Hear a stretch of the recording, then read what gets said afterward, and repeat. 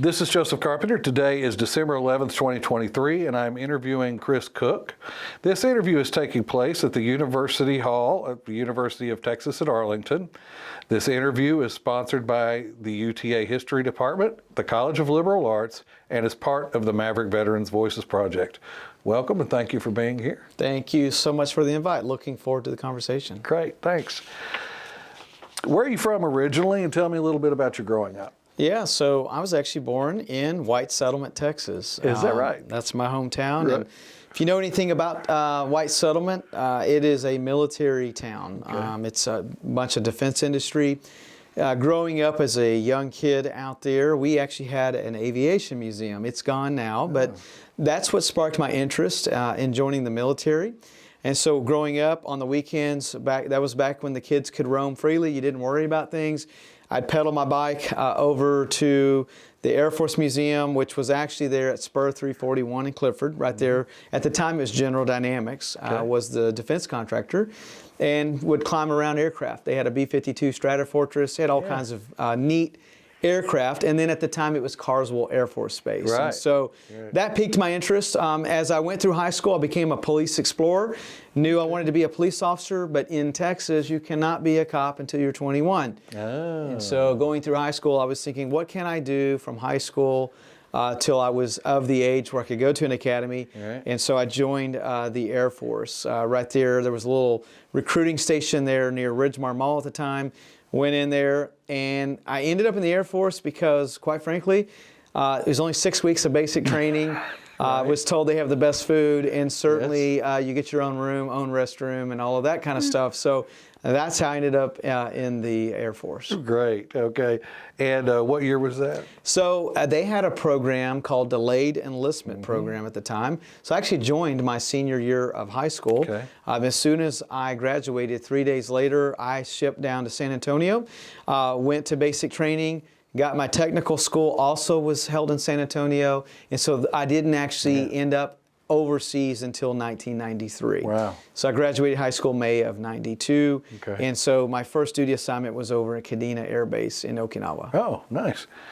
And where did you go to high school? So I was a Brewer kid up until the 9th grade, and then I went to Castleberry Baptist. Okay. Castleberry has a church in White Settlement, and they operated a Christian school in River Oaks. So it's actually in the city of River Oaks, and that's where I graduated high school, was Castleberry Baptist Christian School. Any of your family members in the military? My dad was a Army veteran, was actually served in Vietnam. Oh. He was a clerk typist, did his time there, and then after the war, he joined the post office, and that's where he retired. Very good.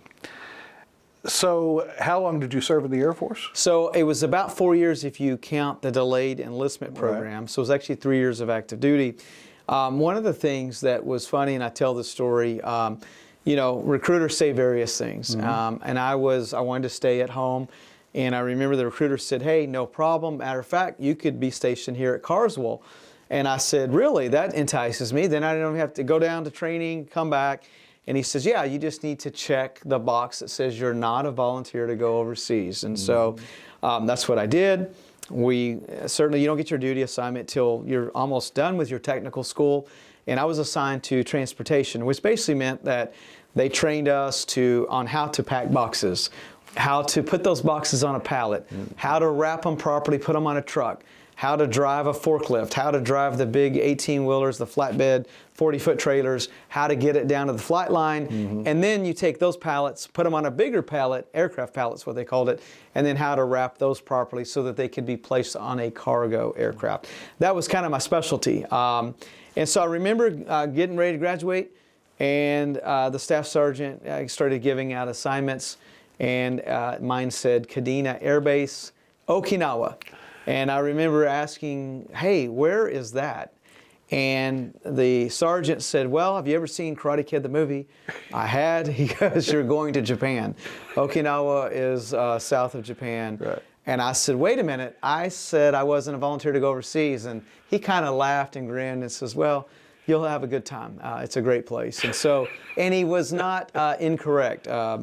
The biggest shock to me, certainly, there's a culture shock. Sure. Landed over at, the way I got over there, they flew me over to Oahu. We did a quick stop over in Pearl Harbor. Then I went to Guam, And from Guam, I made the last leg over and landed at the Naha Airport, which is the civilian airport. You don't fly into the air base, on the military side.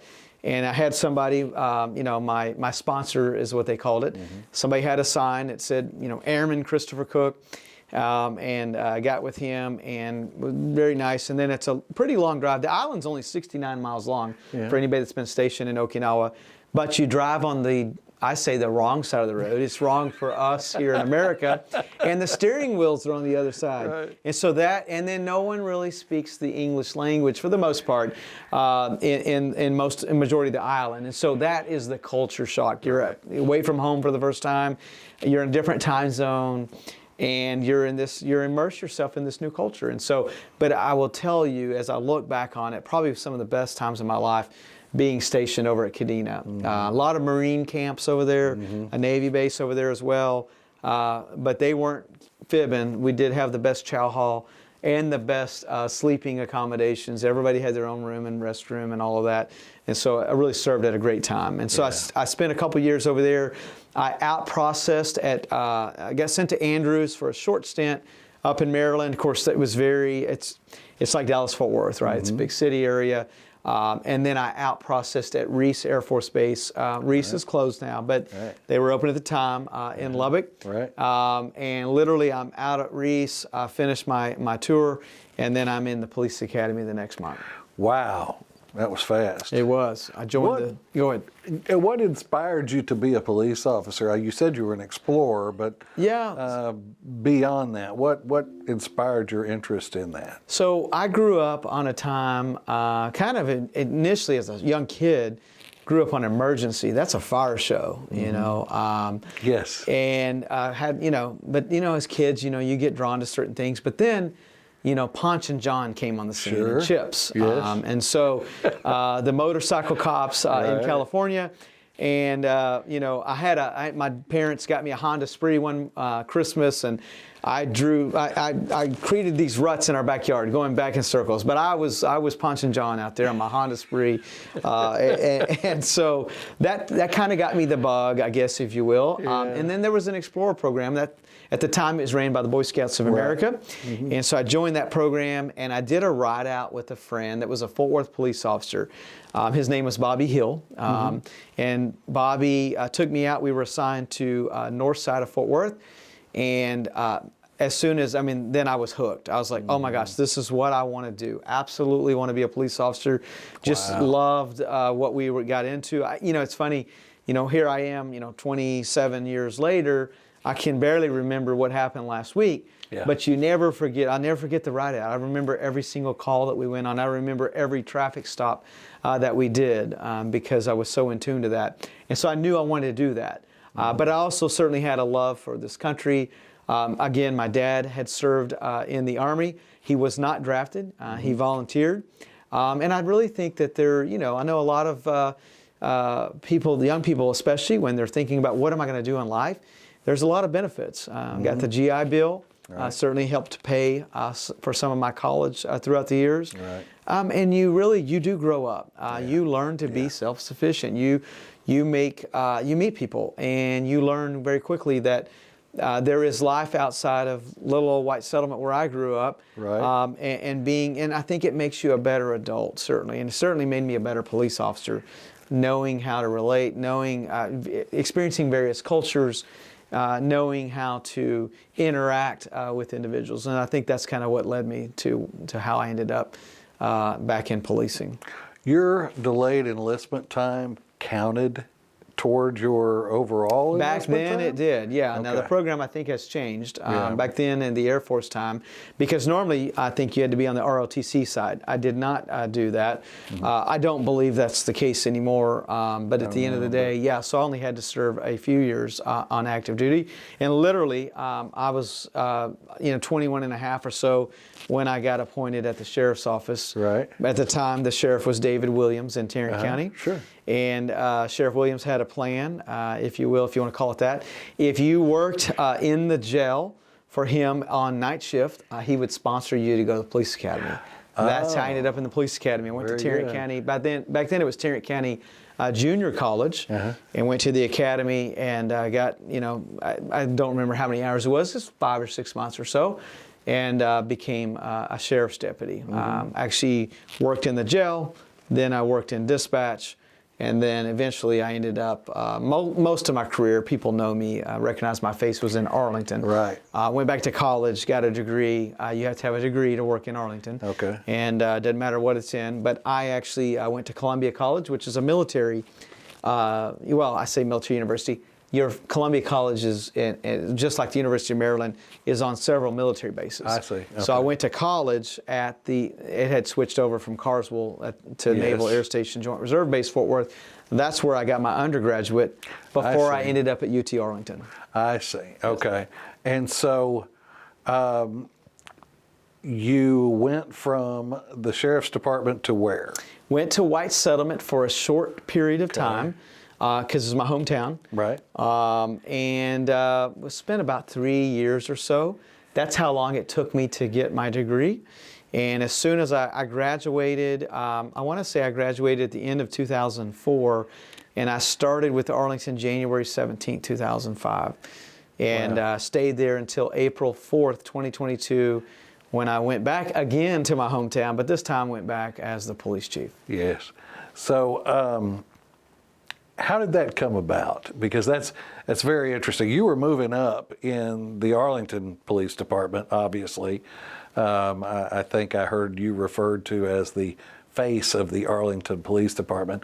How did then you end up in White Settlement? Yeah, great question. So I had a very good career in Arlington. I worked, as anyone does, you start out on patrol, which means you respond to calls for service. Sure. I ended up going to the traffic unit, which meant that my primary duties were enforcing motor vehicle laws on I-20. That's where I was assigned. Arlington, as you know, is about 100 square miles, so we have different divisions and different units, and I spent a lot of time, my shift was 5 p.m. to 3 a.m., and I was off Tuesday, Wednesday, Thursday. Nice. And so from that perspective is, a lot of DWIs, a lot of impaired driving on the freeways. Then I promoted to sergeant in 2008. And ironically, I was left in the traffic unit, which is unusual. Normally you promote, because you're friends with everybody, and now you're their boss. So that can create some challenges, but we were able to work through that. At that time, I ended up supervising a highway interdiction unit through North Texas HIDA, which is high intensity drug trafficking. And I did that for several years. And then in 2011, got a call. At the time, Dr. Theron Bowman, who's well known, he got his PhD here at University of Texas at Arlington. Okay. Dr. Bowman was the police chief. He served from 99 until 2012. And so in 2011, he calls me and says, hey, what are you doing? I was on vacation up in Vermont tasting some maple syrup, some of the best syrup in the world. But when the chief calls, you're wondering, what have I done? And he says, hey, I want to move you to our media team, and I want you to think about it, let me know. Of course, that means, you need to accept. Of course. And at the time, there was some conversation occurring in our country. The militarization of policing conversation was happening. Highway interdiction units, there was some question on some of the tactics. Sure. Nothing that we did in Arlington, but across the country that was kind of bringing some, renewed focus on that kind of, those type of units. And so we disbanded the unit. Again, the team was great. They did nothing at all. And I started in the media office in 2011. I had no idea what I was doing. I had to really learn some skill sets, because immediately I was thrust into, some pretty prolific, high value, as I would call them, stories. At the time, we had a mayor that was receiving death threats from some people in town, and that was very front and center. There's a lot of news attention to that. And then I made lieutenant in 2012. At the time, we had a new chief, Will Johnson, good friend of mine. Now he is the police chief over at Burlington Northern Santa Fe Railroad. Oh. But he was just named in April 2012, and that was right after the tornadoes. If you might recall, in Arlington, we had a tornado outbreak in the western part of our city, kind of southern part of our city. And so he was named, Dr. Bowman went over to be a deputy city manager, and Will Johnson got the nod to be the chief. I see. At the time I promoted lieutenant, Will decided, I'm not going to move you. You're going to stay my strategic communication advisor. And so I kind of became his chief of staff. And that's where, I continued in that. And I continued that role really for the rest of my career. I made deputy police chief also before I retired in 2021. We had another new chief, which, by the way, it's common. In big cities, your police chief will change. It's unusual. Sure. Lifespan is about 3 to 4 years on a police chief in a big city. In Arlington, most of the time, 7, 8 years or so was the run. And so it's not uncommon during your career you're going to work for various chiefs. And so Al Jones was hired, and I continued in the role again a third time to be his chief of staff as well. And at some point, he appointed a new chief of staff. I became over technical services, which is just a fancy word. I oversaw all of our schools, which was challenging. Yes. Oversaw our jail operations, oversaw our joint terrorism task force, our crime analysis unit, which is very academic in nature. They look at all the crime stats and put dots on a map and try to predict where we need to put our resources. And so had a really good time.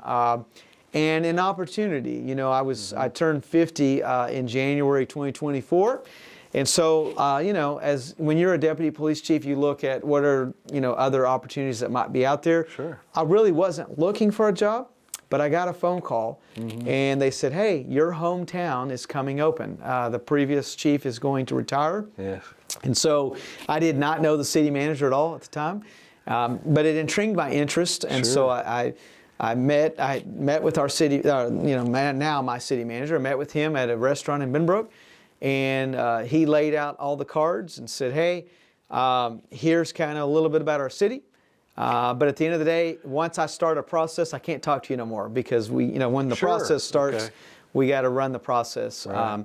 And so I found that there's probably a lot of opportunities out there. To this day, my mom still lives out there. My dad passed away a few years ago. But I still got a lot of family in the area. Yeah. And again, I just love the military connection. Yes. I've been over there now. I was hired April 4th, 2022. Since then, we have new interlocal agreements with the NASJRB Fort Worth. We have new local agreements with, it's really Air Force Plant 4, but Lockheed Martin operates that space. We have agreements with Air Force OSI, Navy Police, Air National Guard, the 301st Fighter Wing, and then I was just elected to the Air Power Council, which I really love that because that's an organization that helps military families. Right. And they do a really impressive event each year in Arlington. It's always hosted at one of the stadiums. A fundraiser. We just went to the military Christmas party last weekend. We had Santa Claus that parachuted out of an airplane. All the kids are there. We had the Star Wars characters. And White Settlement Police Department, we were able to sponsor a family in need to make sure they have a good Christmas. Because one thing I've learned about, just like I didn't want to go to overseas, a lot of these, I call them kids, but they're not kids, but a lot of these 18-year-olds, they join the Navy. They're thinking they're going to probably a carrier or a submarine or a big, nice ship, and then their assignment says NASJRB Fort Worth. Right. And so, it's a land-based assignment.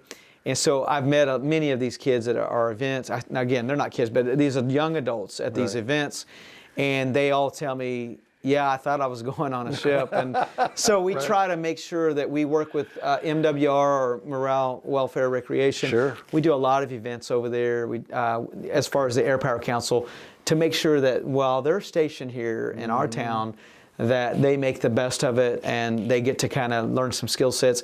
And I'll be honest with you too, we recruit from the Navy police all the time. Oh, really? When they retire, the governor of Texas just this year signed a new law, It affects every agency in Texas that's civil service. Arlington's not civil service, but White Settlement's civil service. Fort Worth is civil service.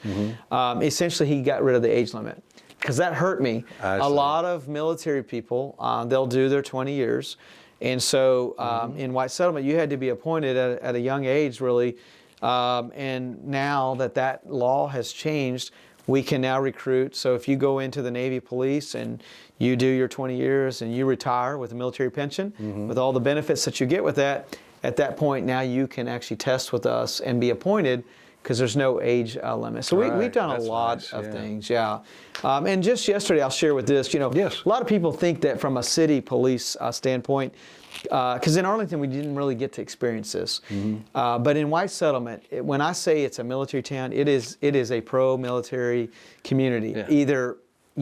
I think half of our population either works on the base in a civilian capacity, guard capacity, active duty capacity, reserve capacity, or they work at Lockheed. Wow. Lockheed's a worldwide corporation, 120,000 employees, 20+ thousand there just in White Settlement.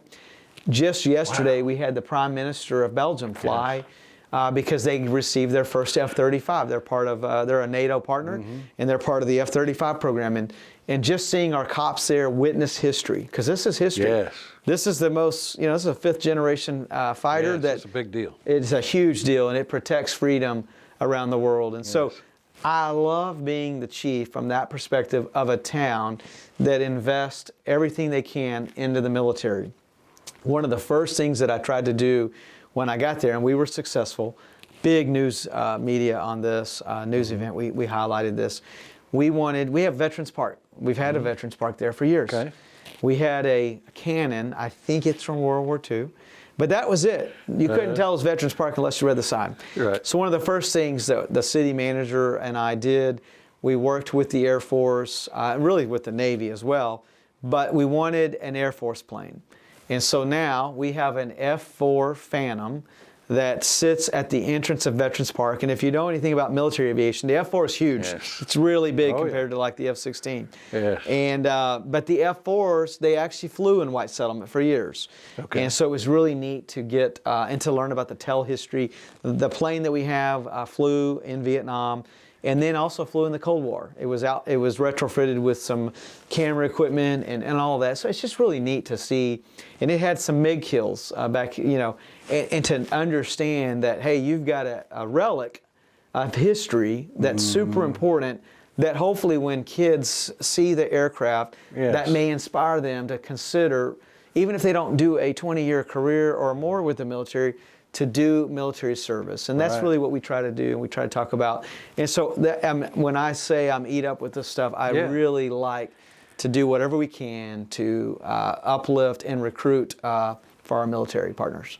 How did you, let me back up just a little bit. How did you end up at UTA pursuing your master's degree? How did that decision come about? And then what influences did the folks at UTA have on you? Yeah, great question. So, when I got to Arlington, one of the things I realized, everybody's got a degree. So if you're going to separate yourself apart, you've got to go get an advanced degree. Yes. And so started looking at master's programs. And at the time, the chair was Dr. Alex Del Carmen. He had done some academic projects with Arlington PD. Didn't know him like super well, but I knew him enough to ask him, hey, what's the program about? How long does it take? And this was back before, now everything's a cohort, which is good. I'm in a PhD program in another university, and it's a cohort. Okay. Back then, though, I like to say I did it the old-fashioned way, where you come and everyone's kind of on their own. I had a friend, though, that worked with me. She actually hired into Arlington PD with me. Her name is, at the time it was Jackie Smith. Now it's Jackie Donaldson. She's a detective, I believe, still with Arlington. But Jackie and I decided, hey, let's go to school together. And so we kind of tag teamed it. And we started, and literally 2.5 years later, I had my thesis done. I don't think they even offered a non-thesis option back then. Now, I think that's not fair. I joke with people that go to get their master's, like, wait a minute, I had to do the thesis. Or like in my PhD program, I have to do comprehensive exams. I have to Yes. do the dissertation. But Yes. And so anyway, with all joking aside, though, UT Arlington, it was convenient. It was close to where I resided, certainly close to where I worked. Classes were in the evening, so it was really geared towards the working professional. And I really liked that. And quite frankly, we had a lot of law enforcement or government sector folks that were in the criminology program. And really opened my eyes to, there's a lot more that goes into, I guess let me give this analogy. As a police officer, you're always responsive. Like you see something happen, you respond to it. You see a car speeding, you stop and you have a conversation. You make a decision on what you're going to do. Or you respond to a call because someone called for help and you deal with the situation. One of the things I think the master's program here at UT Arlington made me really kind of rethink how we were doing things is they're really teaching you to be proactive. They're trying to say, hey, look, if you research what is the root cause for like domestic violence, or what's the root cause for some of people that don't obey the law. Tom Tyler comes to mind because he wrote a book about it, Why People Obey the Law. Okay. And certainly Tom is on the academic side, but there's a lot of practical application for police departments. And I really think that's what UT Arlington helped me understand. All of our professors, when we would start a class, would say, hey, yes, you got to go through the academic rigors of the class, but I'm going to showcase how you can apply what you're learning and take that back to wherever you work so that you can start looking at maybe predictive policing. Maybe you're looking at crime trends. Maybe you're looking at, where you have poverty, what's influencing their ability or their interactions with the criminal justice system. And it really opened my eyes because I think, growing up, I think we're all a little naive, at least I was, on how the criminal justice system works. And then I became a police officer. I mean, I knew what I was doing. I'm making arrests and doing reports, but I never see that case for the most part, unless it's like a really serious crime. I don't know what happens. I don't know what the district attorney's office does or doesn't do. But when you're in an academic environment, and you start looking at aggregate data, and you start looking at all of the sentencing that's going on, you start looking at where people argue that, hey, Lady Justice is not as blind as everybody would think, that, depending on your financial resources, you can have a different perspective going through the criminal justice system. And you don't think of that as a police officer. But when you're in an academic setting and you have, I like to say UT Arlington has some of the best of the best. I'm not just saying that because I've been in different universities, but you really see a cadre of professionals that have real world experience and can turn around and take a topic that some, like statistics. I'm not real good at statistics, but it is a foundation of everything that you do in the criminal justice system. And so they can show you that, hey, when you apply, like say, a chi-square to a problem you're having, because we get all these data elements and points in there, then maybe you as a commander in Arlington PD can make a different decision on how you deploy your resources, or how you're going to structure your shifts, or how you're going to interact with a neighborhood. Because here's your data points that say, hey, everything that you've been doing, they say that's the definition of insanity, doing the same thing and expecting a different outcome. Well, that's what I learned at UT Arlington. And absolutely, we had a lot of interaction, a lot of good influence. I mean, I think from the UT Arlington perspective, what are you going to do with your degree? We were always challenged to be critical thinkers. I heard that almost every instructor in my classes. Be a critical thinker. Don't just take it for granted about this is the academic textbook, this is the, this is the history of criminology. Yes, it's important. We need to know where we came from. But at the end of the day, how are you going to apply the knowledge you're learning to be a critical thinker? Right. And your spouse is also a police officer. She is. So tell me how you met her and how this all came about. Yeah, it's a pretty basic story. Giovanni actually worked at Arlington PD. Okay. And I didn't know who she was. Matter of fact, we joke because she knew who I was. She said, "You were the mean sergeant in the traffic unit." And I said, "What do you mean? I don't feel like I was mean." But she said, "Well, you had your reputation is you expected a lot when you made sergeant." I said, "Well, I expected people to work, right?" I think that's what we're supposed to do. And so we joke about that. So I met Giovanni through media relations. Her background. She was really born and raised kind of in Jersey. Okay. She worked her degree. She has an undergraduate degree in public relations, marketing, and so she worked at Six Flags. I think it's called Great Adventure, but up in that part of the country. Okay. And then she transferred to Six Flags over Texas, did marketing and public relations here, and then got the bug for whatever reason and wanted to be a police officer. So again, having the degree got her in the door here, and she became a police officer. But she's, super smart, a lot smarter than me when it comes to the PR stuff and social media. And I have to say that even if she never sees the interview, she really understands that and can work circles around me. And so we brought her into the media team. That's how we got to know each other. And as life happens down the road, once we kind of were in different areas, she ended up retiring from Arlington PD. Okay. She actually didn't do anything for a few years, but now she works at the Mansfield Police Department.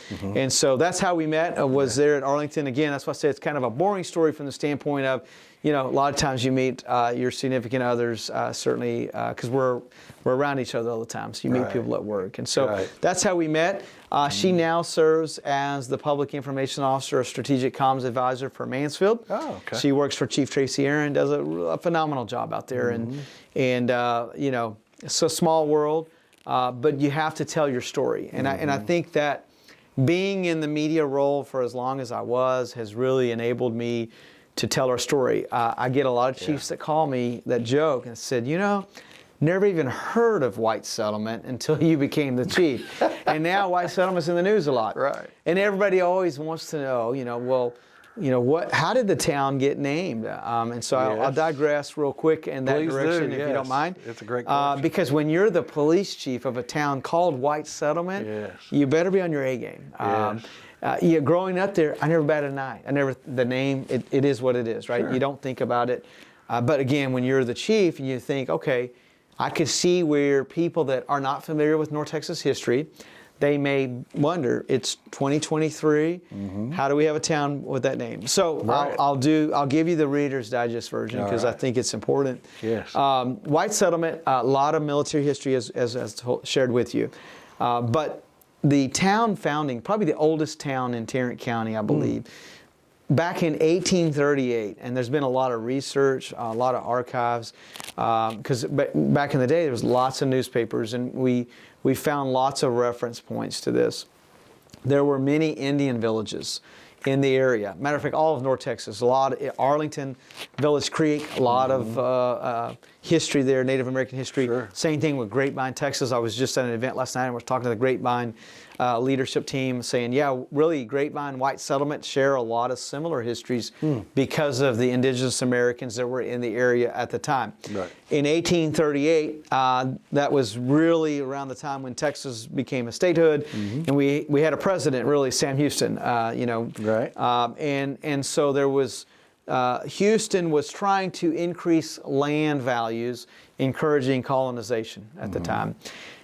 And you had all these pioneers that were coming from Tennessee and Virginia and Kentucky, and there's a creek that runs through White Settlement, Farmers Branch Creek, which is actually named after one of the founding fathers, really, of White Settlement, the Farmer Brothers, in many history books. Oh, really? Yeah, and So it wasn't Charles Farmer. Yeah, really, that was his last name. Charles Farmer and his brother Paul Farmer and all that, Paul Turner. There's this group of folks that settled along the creek, and they started trading peacefully with the local Indian villages. Now, no doubt, there's a lot of skirmishes probably happening as well, because a lot of the Native American history, when you look at North Texas, it talks about The reason Fort Worth came to, it was actually a military outpost on the banks of the Trinity River. It was completely established to protect the early settlers from hostile forces in the region, which was, you know, indigenous Americans at the time, as you research this topic. But in white settlement, you had this group of people that were settling in the area, and because they were engaging in peaceful trade, the Native Americans kind of referred to it as the white settlement, because they didn't look like indigenous Americans. They were white people, if you will, that were coming from other parts of the United States, mainly the eastern seaboard area, to settle in this area. And so that's how the town was named the White Settlement in 1838. Now, the town didn't incorporate until 1941, which it was funny, at the time, we've got World War II that's kicking off. And there was land donated by Amon Carter that owned a lot of that land for the Army airfield. Matter of fact, you don't even have an Air Force in 41. It's an Army airfield. Yep. And then you have Convair Air that is operating a military construction site. In 1941, the town was kind of rebranded, renamed, however you want to refer to it, as Liberator Village. And the reason for that, and there's a lot of history books about this Liberator Village, is the war effort, obviously trying to support what happened after Pearl Harbor. We were building B-24 Liberator bombers. Right. And there were hundreds of them that came off the line. So primarily all of our residents, for the most part in White Settlement at the time, they worked at the plant, Convair Air. And that's how they had these apartments called the Victory Apartments, and they were stationed throughout White Settlement, and it was basically temporary government housing for a small fee. And you could live there and then work at the plant, hence the name Liberator Village. Right. And then after the war, again, it kind of referred back to White Settlement.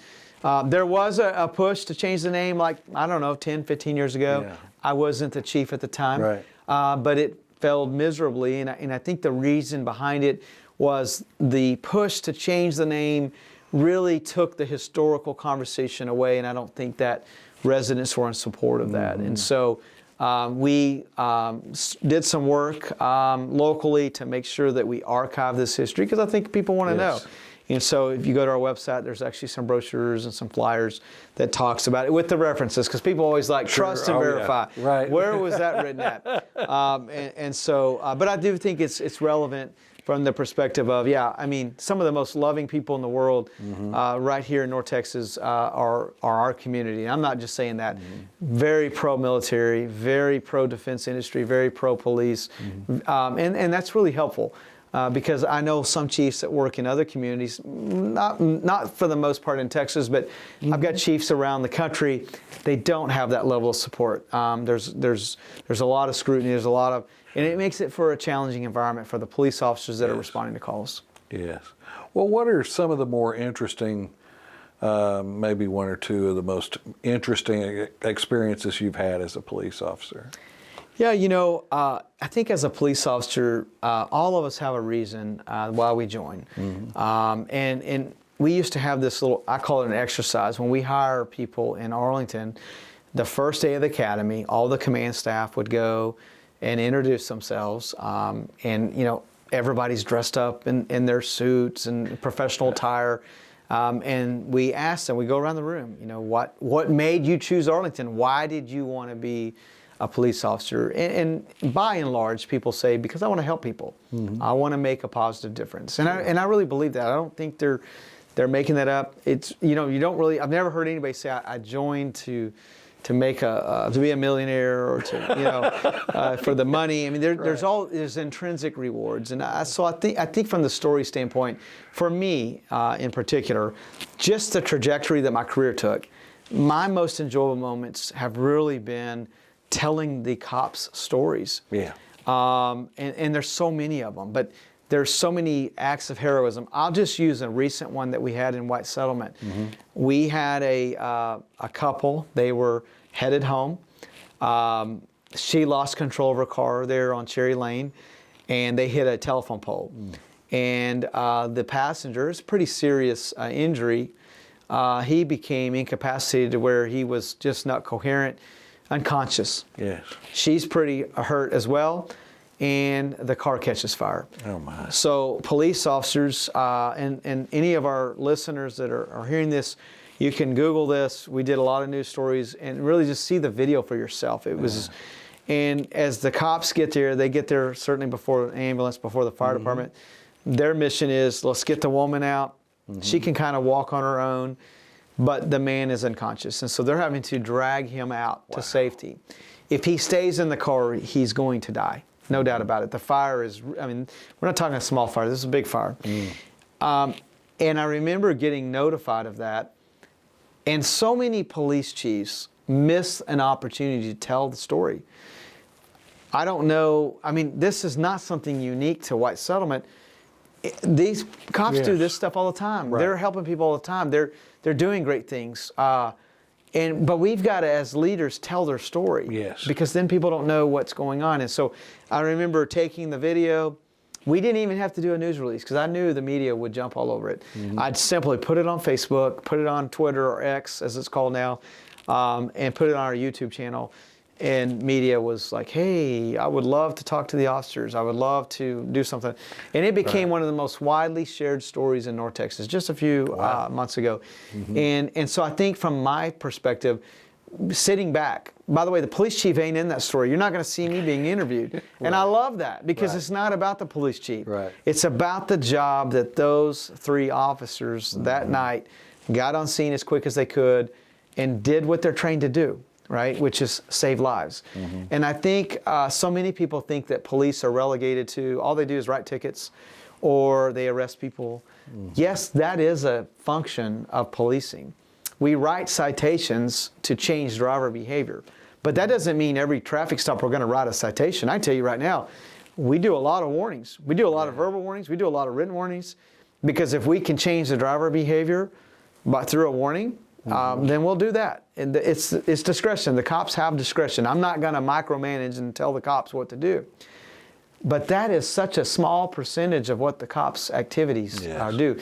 My cops in White Settlement, they're on 12-hour shifts, and they work 6P to 6A or 6A to 6P. Wow.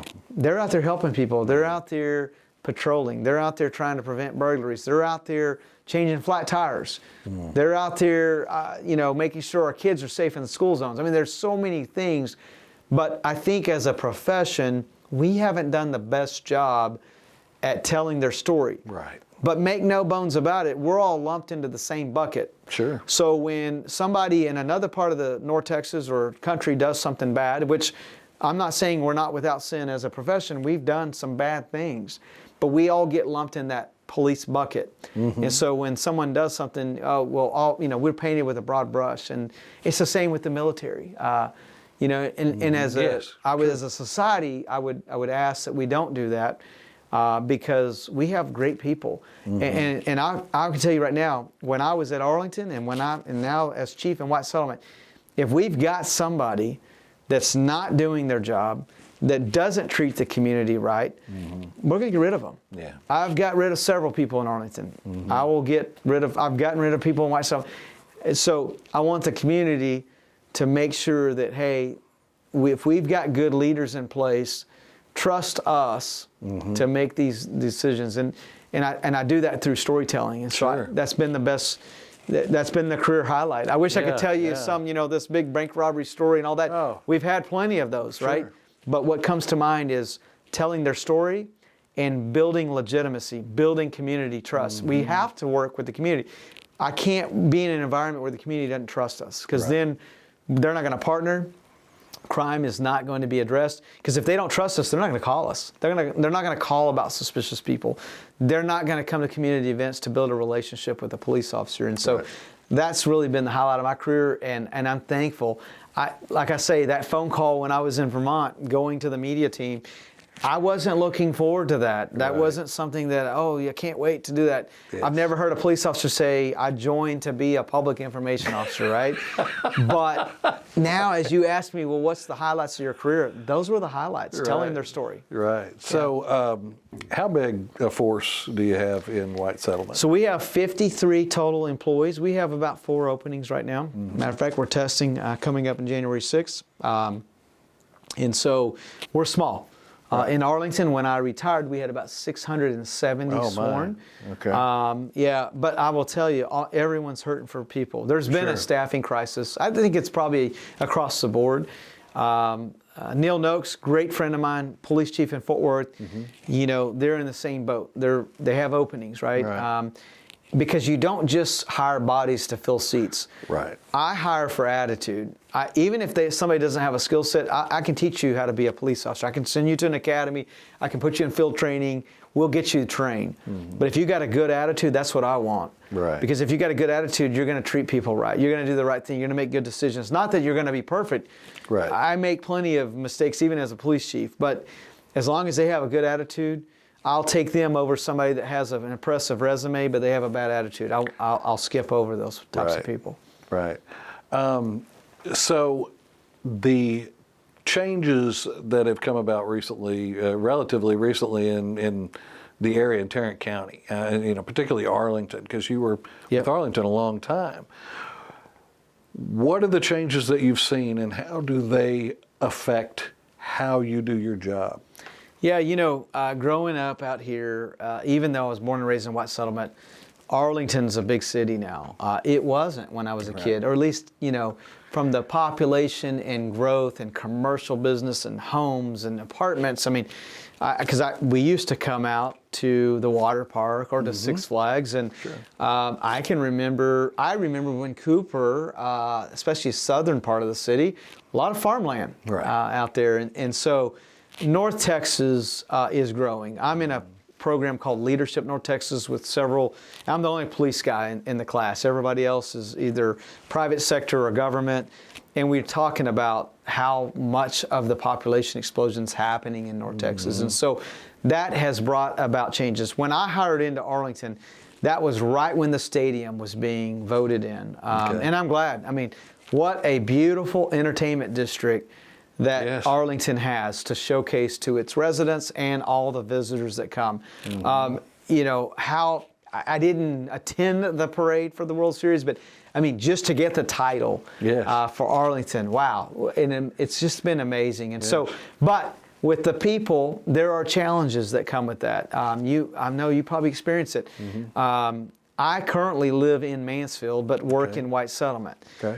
I have a commute that should be about 25 minutes, but it's 45 minutes to an hour depending on what time of day I leave. Wow. There's just so much traffic in the area, and I know there's so much construction that you know, whether it's the city or it's the county or it's the state, I mean, they're trying to prepare for the more people that are coming.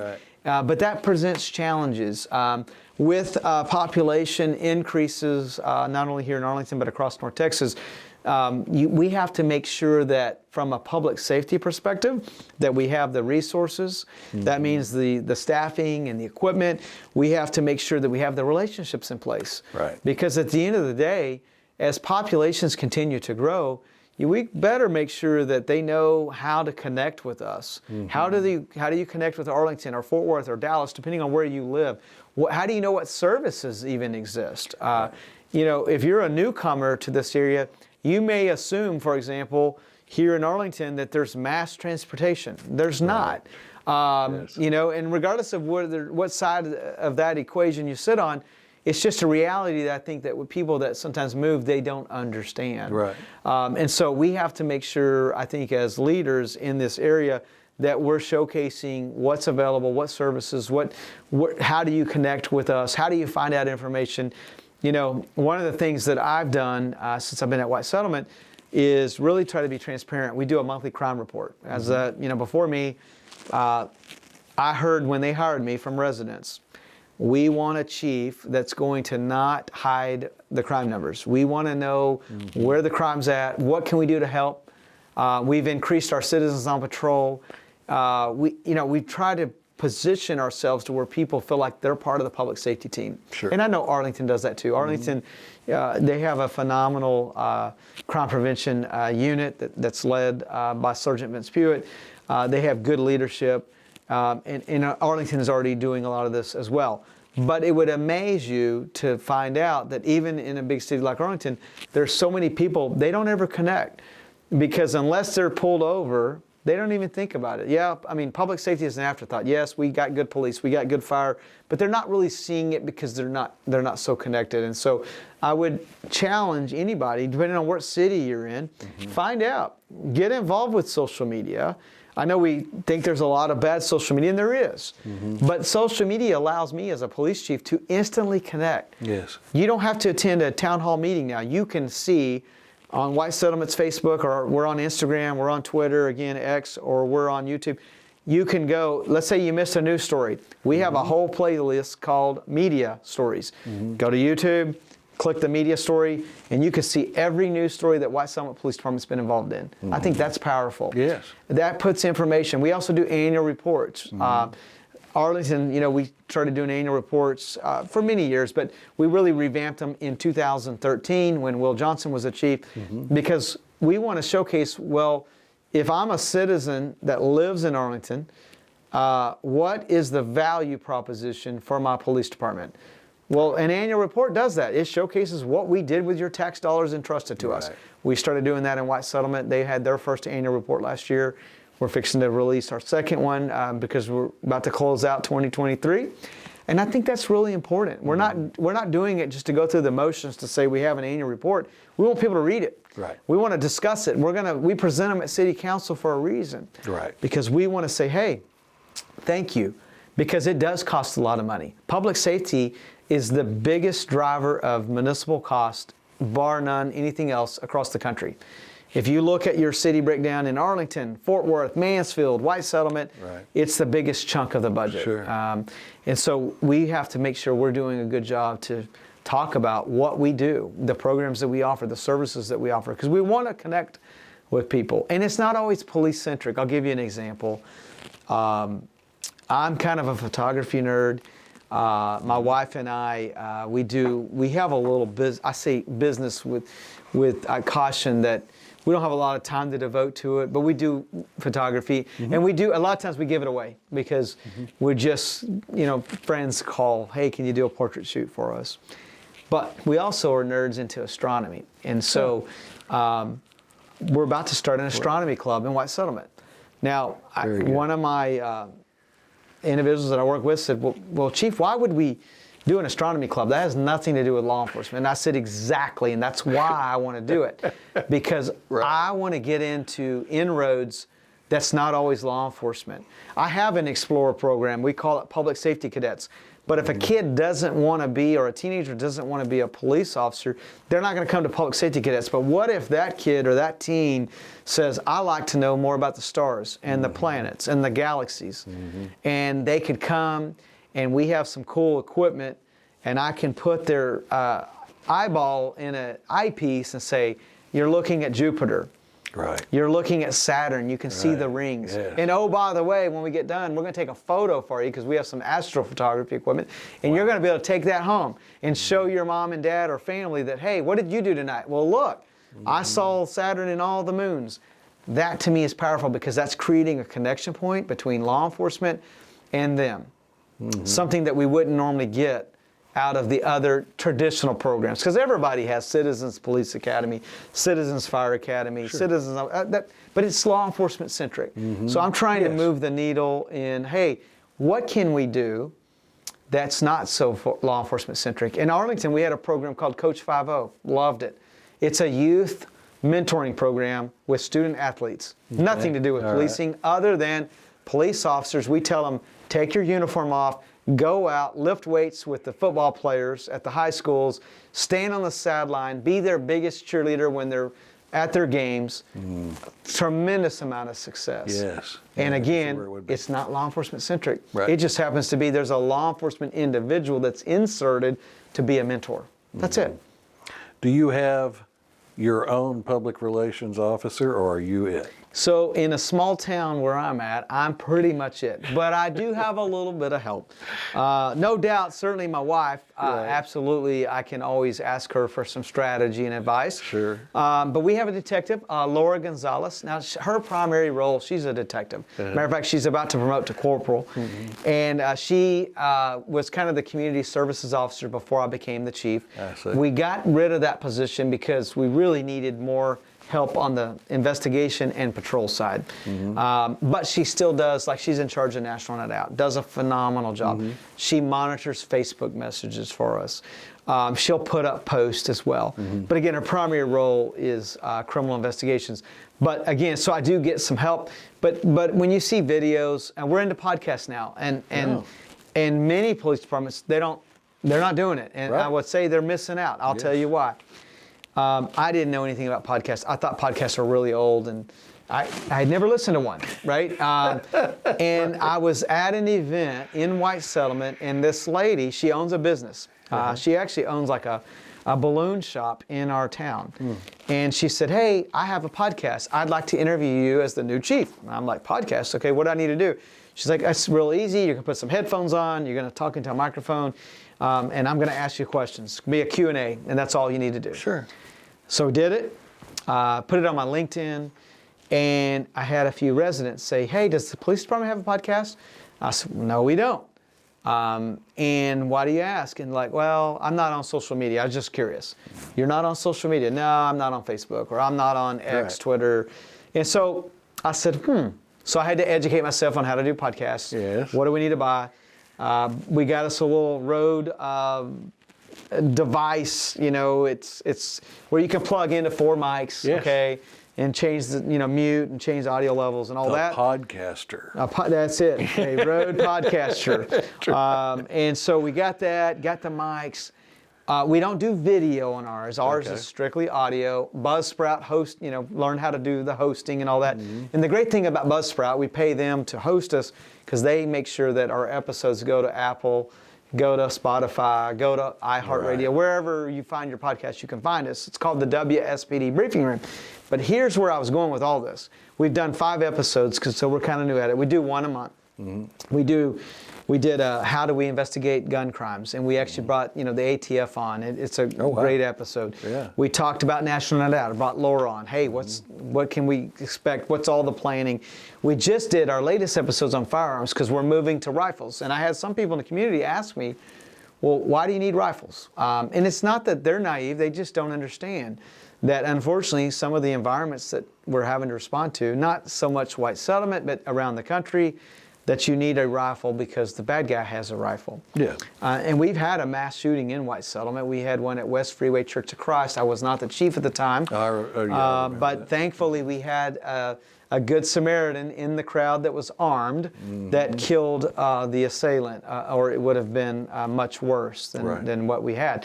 But so we dedicated a podcast, and the community said, thank you. It made sense. Now we understand. And most importantly, I've had several people show up at community events saying, hey, I love your podcast. And I always say thank you first, but the second thing I ask them is, do you follow us on Facebook, Twitter? No. So now I've determined that we're reaching a demographic that we weren't reaching. Yes. And so I would challenge all of our police leaders to just think outside the box. I'm not saying everybody needs to be on a podcast. Grand Prairie's had a podcast for many years. They have a lot. Theirs is more video-based podcast. Got a little different feel and look than ours, but it's working for their community. And so we just got to make sure, as in a roundabout way, getting back to your question about all the growth and changes that we've seen, we've got a lot of people and different audiences consume information digitally differently. For example, Facebook, we know that kids aren't on Facebook. Right. Because white parents are there. They're not going to be where the parents are at, right? And so Facebook is an older demographic. It's really kind of my demographic.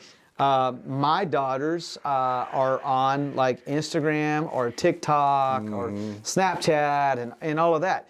And so we got to be in a position, I guess, as a leaders to compromise and really kind of think strategically about, okay, if I'm going to reach young people, I'm not doing it through Facebook. Maybe I'm getting a few on podcasts. Maybe I'm getting a few on Instagram because we're not on TikTok or Snapchat. Right. I don't understand it. But at the end of the day, maybe that's somewhere, who knows, down the road we may have to be. Right. Yeah. So are there any questions that you would like to address that I haven't asked you? No, I think I really appreciate the opportunity. I think that number one, thank you for highlighting veterans. Yes.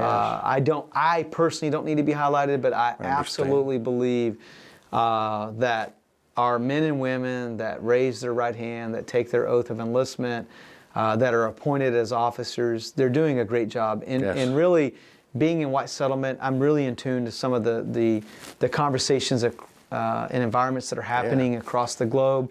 There are some dynamic threats that our country is facing. And so taking an opportunity to highlight veterans, what a great endeavor, because we need people that are willing to serve.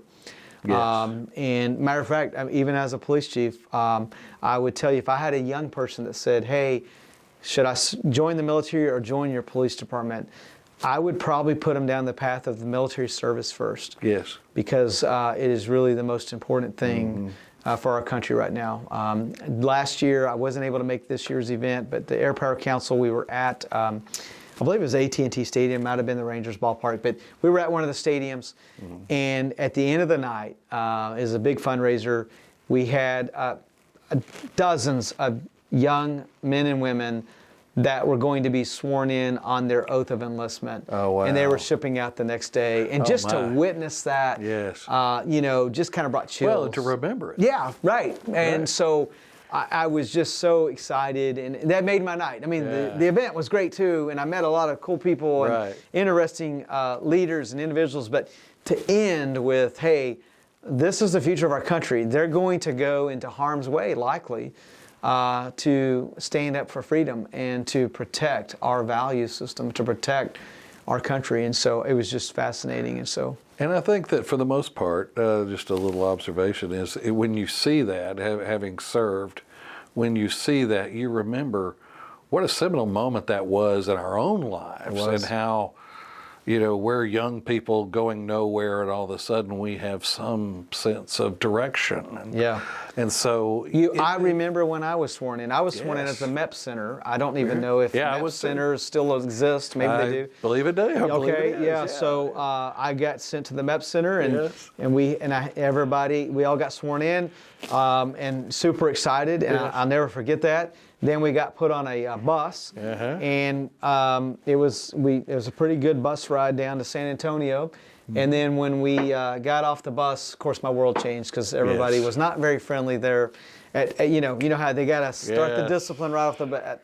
And so we stood out there, pick up your bag, drop your bag, pick up your bag.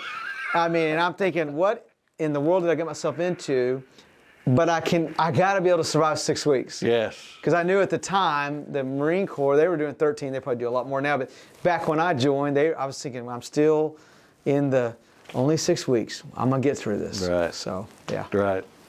Well, Chief, it's been a pleasure. Thank you for being here. Thank you for agreeing to participate. And thank you for your service, not only in the military, but also as a police officer as well. Thank you very much. Thank you for the invite, and it's been a pleasure to be interviewed, and hopefully, again, we inspire other people to join a life of service. You bet. Thanks a lot. Thank you.